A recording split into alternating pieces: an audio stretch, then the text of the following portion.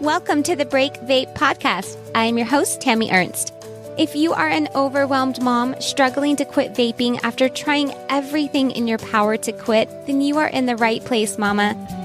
Each week on the show, we analyze stress, vaping, and addiction from a place of zero self-judgment so that you can build up the skills you need to ditch your vapes for good.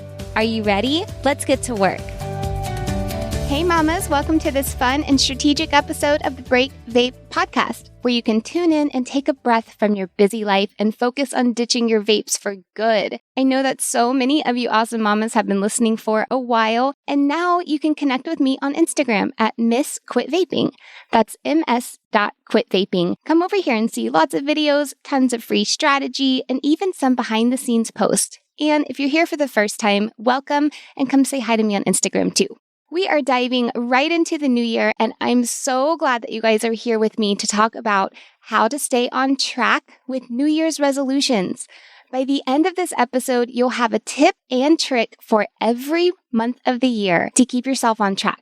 But most importantly, this year, I want you to stick with me during every episode coming up and learn to be grateful for the challenges that lie ahead so that when they hit, you are in the right emotional state to handle stress and anxiety in a healthier way than by vaping. If I was still struggling with triggers, then I for sure would have relapsed just a little over 2 weeks ago now, when my 8-year-old got into a terrible accident on her new bike in a completely new environment. And I'm telling you guys this story just so that we can always try to find the silver lining in something. So this is the first year that my family is officially doing something that we've been thinking about and planning on for quite some time, which is to do a snowbird schedule. So we're spending half of the year in Coeur d'Alene, Idaho, and the other half in Scottsdale, Arizona. So we're halfway through our first year doing this. We moved to Idaho from Houston over this past summer, and we literally just switched gears from being in Idaho to now being in Arizona. And we've only been here for a couple of weeks now, but when we had just gotten here at the end of December, we hit the ground running. We unpacked, we had New Year's Eve, we got organized, I bought and labeled all the school supplies. You know how it is as a mom, just all the things. And then on January 3rd, I bought my daughter, her name is Eden, a new bike. I love to rollerblade as a workout, usually while she's biking, so we both get to get outside and get some exercise. So getting this bike was pretty high on the priority list after we got settled in. And we were doing some pretty adventurous mountain biking before. In Idaho, we've done like downhill trails where you bank around the corners and stuff like that.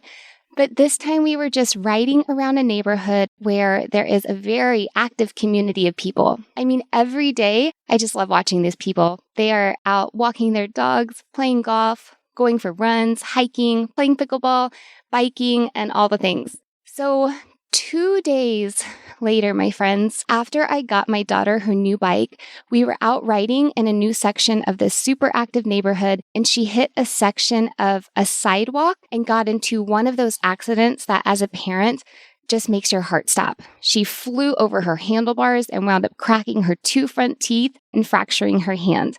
I'm almost shaking right now just remembering every jarring, horrible detail of it because it was absolutely awful. And my poor kiddo, as soon as she realized that her teeth may have been knocked out, she was screaming. She said, "No, not my teeth. I just grew these teeth back and I start school soon and all the kids are going to laugh at me." And she was crying and it was awful. But you know what? Thank God her accident wasn't worse. And you know, we always wear helmets, but just thank God that she was wearing a helmet and that she was able to get up and walk away from that terrible accident. I'm so grateful that it wasn't worse. We were able to get in to see an emergency dentist the next morning, and before long, she had caps on her teeth and her hand properly splinted, and she actually finished her first week at her new school and even made a new best friend on the very first day, which is something else that I am so very grateful for. I know that everyone listening right now has had something happen to you or a loved one, and if there is ever a silver lining to find, just grab onto it and hold it tight, and don't let it trigger you into relapsing if you've already quit vaping or if you're going along that journey. And here's why. You're special to someone, and you should be very special to yourself. So treat your beautiful body accordingly, and if you set a goal to quit vaping for the new year or have even thought about it, the following tips and tricks are going to help you stay on track. So today we are going to go over a quick tip and trick for every single month of the year, 12 in total. And then at the beginning of each month over the next year, we'll come back to today's list and discuss that month's topic in more detail. So for example, right now we're in January. So today we'll go into detail on January's tip and trick. Are you with me? Okay, let's go. In January, we are going to reflect and reset. January is a great time to set goals, to reset past goals, and to do some deep self-reflection. As we step into this new year, it's the perfect time to set your intention for the year ahead. Let's start with a simple yet powerful exercise. When it is safe for you to do so, grab a notebook and create 2 columns. On the left, jot down all the costs associated with vaping. And I'm not just talking about the financial aspects. Consider how it impacts your health, both physically and mentally. How much time does it consume daily? How does it affect your energy levels, your mood, and your interactions with your loved ones? Give that some thought. And then next, on the right-hand column, envision and list all the benefits you'll gain by quitting vaping. Picture the improvement in your overall health, the freedom you'll feel from not having vapes control you anymore. Think about the extra money you'll save and the positive example you'll set for your children. Imagine waking up feeling more energetic, having more time for activities that you love, and experiencing an awesome sense of achievement. Guys, I'm telling you, there is so much power in doing this exercise and seeing it in your own handwriting, so don't skip doing this. Write it out and keep it close. Throughout January, I want you to add to it whenever something new comes to mind or when you feel your motivation slipping. Remember, the power to change lies within you, and this list is a testament to that power. And you're also going to keep this list for all of the months going forward this year. So let's dive into February. Your tip for February will be to love yourself more. February, the month of love, is perfect to start loving yourself more. And your trick for this month is to practice daily affirmations. Stand in front of a mirror and say, "I am stronger than my cravings," or "I am worthy of a healthy life." In March, your tip will be to manage stress differently. When March rolls around, we are going to do a deep dive into managing stress in a healthy way instead of vaping. Your trick for March is to try a new stress relief activity that you've never tried before. Like, for instance, that might be listening to uninterrupted alpha waves for 10 minutes a day for 10 days in a row to reduce anxiety and calm your urges to vape. In April, your tip will be to create new routines. April and spring cleaning go hand in hand, and this will be a spot-on time to create new routines, new boundaries, and to reduce mental and physical clutter. Your trick for April is to make a list ahead of time of 3 things you want to physically declutter in your life so that you have a new boundary around taking care of yourself that will free up your mental space as well. In May, your tip will be to celebrate small wins. May is the start of summer and can be a perfect time of year to celebrate your wins, no matter how small they are. And your trick for May is to create a victory jar. Every time you overcome a craving, write it down and drop it in the jar and watch your successes grow. In June, your tip is to do a mid-year review. You'll be 6 months in to the new year in June, and this is a time of year where any New Year's resolutions you made, whether they are vaping related or not, should be brought up again to the surface. And your trick for June will be to revisit your January goals and assess your progress. Adjust your strategies if needed, but remember, it's about progress, not perfection. In July, your tip will be to seek support. After your mid-year assessment in June, you are going to need a support system to encourage you to keep working on your goals if you haven't met them already, and to celebrate them if you already achieved them. And when it comes to vaping, a support group is essential because it's like mental maintenance. I still have random urges to vape every once in a while, years after I've quit. So when this happens to you, I want you to make sure that you have someone in your corner who truly gets what you are going through. And your trick for July will be to join my Facebook group or to get more involved if you haven't been very active in it yet.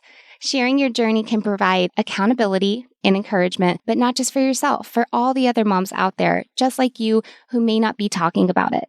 In August, your tip will be to educate yourself. I love education around vaping, and I definitely want you guys to do this tip all of the time. So we are really going to dive into it in August. Your trick will be to find 10 articles around the dangers of vaping that have nitty-gritty details that will turn you off from vaping. I can think of a dozen off at the top of my head right now. Knowledge is power, and understanding your enemy, which is vaping, is half of the battle. In September, your tip will be to prepare for triggers. This is another one that I want you to work on all of the time, and I have covered triggers extensively in previous episodes. I even mentioned it at the beginning of this episode, where maybe I would have been triggered by my daughter's bicycle accident if I wasn't completely on the other side of my vaping journey. Understanding and managing your triggers is so essential that we are really going to get into it in September. Your trick for September will be to reach out to me for a free PDF worksheet on identifying your triggers and creating a plan on how to manage them. I created this worksheet over a year ago, and I use it consistently in my coaching practice when I'm working with clients. So come September, hint, hint, make sure you tune in so that you can grab a copy of your free PDF guide. In October, your tip will be to embrace healthier habits. October just happens to be my birthday month, so for me personally, it is always a month where I'm trying to embrace healthier habits to carry with me as I get older. And this October, we're going to focus on teaching you how to do the same thing. Again, progress over perfection is always key. Your trick for October will be to create a mindset of valuing progress over perfection.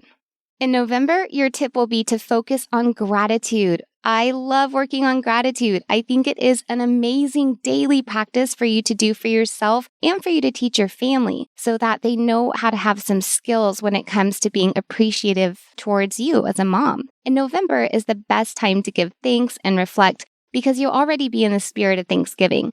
And if you happen to not celebrate Thanksgiving, we'll tailor some exercises for you too.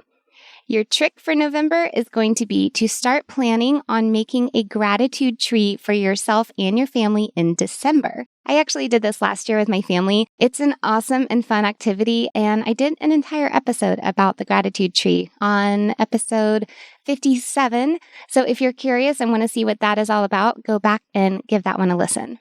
Finally, in December, your tip will be to celebrate your journey and plan for next year. That's right, my friends. Almost a year from now, we are going to do some serious celebrating for all the work you did over this year, and we're going to plan for the year after that with strategy and a skilled mindset. Your trick for December will be to plan out your next 12 months using the same tips and tricks that you used over the past year, while also adding new ones that you'll come up with for yourself over this year. And there you have it, Mama. We have a plan in the bag and a tip and trick for each month of the year to keep you on track with your New Year's resolution to quit vaping and so much more. Remember, every small step is a victory. You are not alone in this journey. And if you stick with me, I know that the time will come when you will not want to vape. I can't wait for you to feel that feeling. It is the best, and it's waiting for you. That's all for today's episode. Don't forget to subscribe for more empowering content and visit our website for resources and support. Until next time, stay strong, love yourself, and keep pushing forward. Bye for now. Thanks for tuning in today. If you like what was offered in today's show and want even more support, head over to www.breakvapes.com and schedule your free strategy session to discover exactly how my proven system can help you ditch your vapes for good. Bye for now.